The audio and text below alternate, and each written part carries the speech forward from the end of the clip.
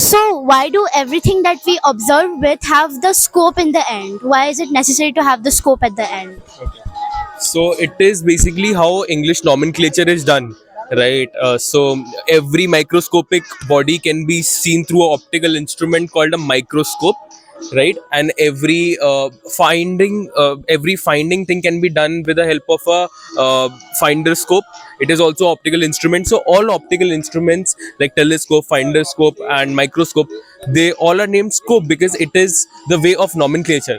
First, how where it is used, like in microbiology, in astronomy. So in that similar fashion, the first half comes from the use case, and the second half comes from dedicating it as a that it is a optical instrument. So that is how we name things.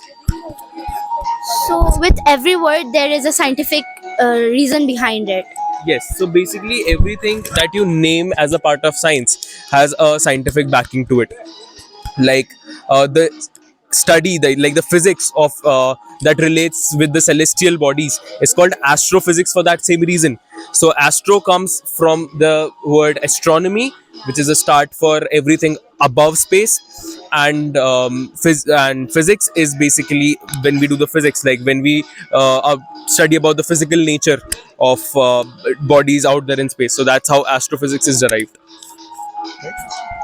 Can we see the asteroid belt from a telescope? Yes, we can see asteroid belt with a telescope, but for that we need very high-end telescopes.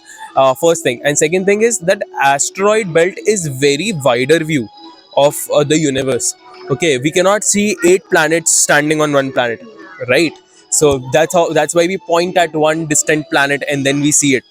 But asteroid belt is a belt which consists of a lot of asteroids, right? So we can see a cluster of asteroids which can be titled as the segment of asteroid belt, but not the whole Kuiper belt, right? Thank you.